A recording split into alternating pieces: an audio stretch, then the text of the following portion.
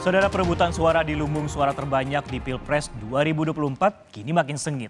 Di kandang banteng yakni Jawa Tengah, kini beralih suara kader PDIP yaitu Ganjar Pranowo yang mulai bergeser ke Prabowo Subianto dan secara perlahan ke Anies Baswedan. PDI Perjuangan, PDI Perjuangan. Jawa Tengah kandang banteng.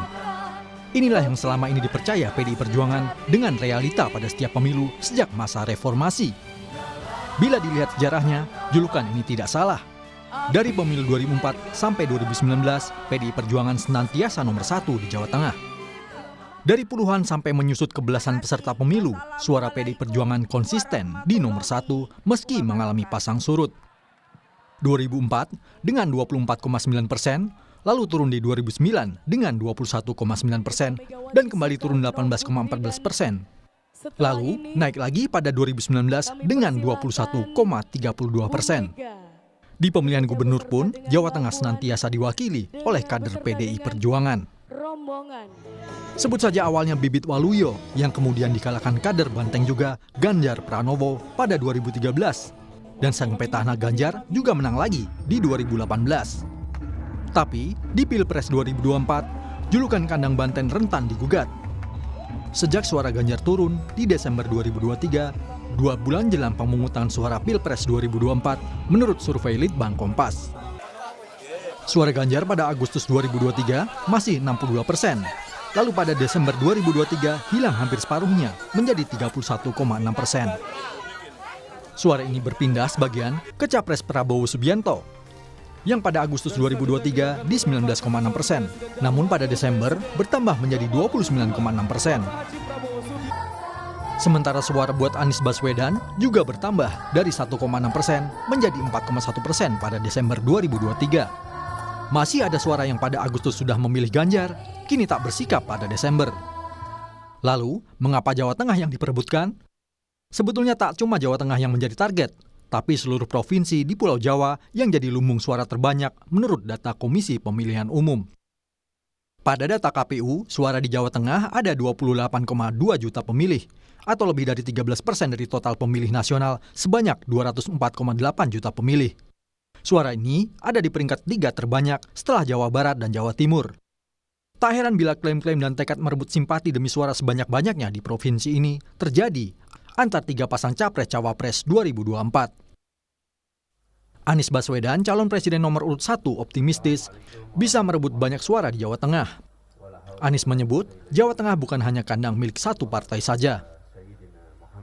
Jawa Tengah ini tempat yang bisa dibilang cukup bervariasi sebetulnya. Tidak hanya kandang satu partai. Mungkin ada beberapa kabupaten yang sangat didominasi oleh satu partai, tapi bukan satu provinsi didominasi oleh satu partai. Kalau lihat ini banyak sekali. PKB itu punya kekuatan yang tidak kalah besar di Jawa Tengah. Jadi kami makin optimis kok dari perjalanan beberapa hari ini bahwa keinginan perubahan itu kuat sekali.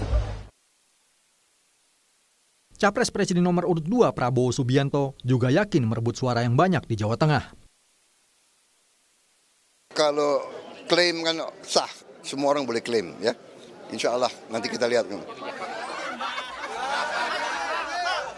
Dan Capres nomor urut 3 Ganjar Pranowo yang 2 periode jadi gubernur Jawa Tengah mengklaim masih berjaya di wilayah yang pernah dipimpinnya.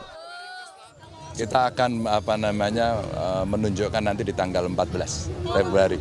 Kalau kita melihat soliditas yang ada di teman-teman luar biasa. Biasanya banteng itu makin dicolek, tanduknya makin tajam.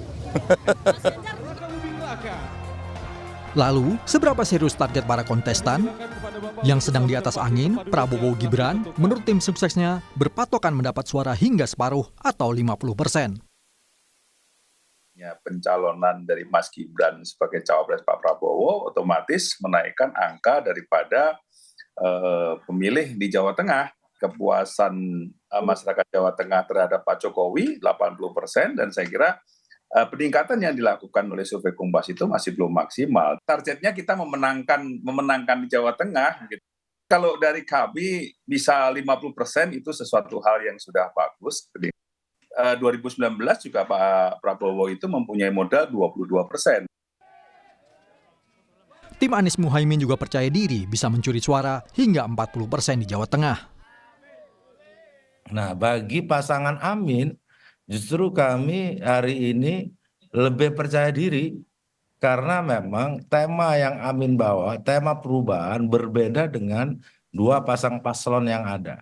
Waktu pilkada di Jawa Tengah, Pak Sudirman Said dan Bu Ida Fauzia yang diusung kebetulan memang Gerindra bareng kita, Gerindra, PKB, dan PKS itu suara Pak Dirman 41%. Oke. Nah, oleh sebab itu kami tentu mentargetkan ya kurang lebih antara 30-40%. Sementara buat Ganjar Mahfud, mempertahankan suara mayoritas Jawa Tengah kini sedang dipertaruhkan.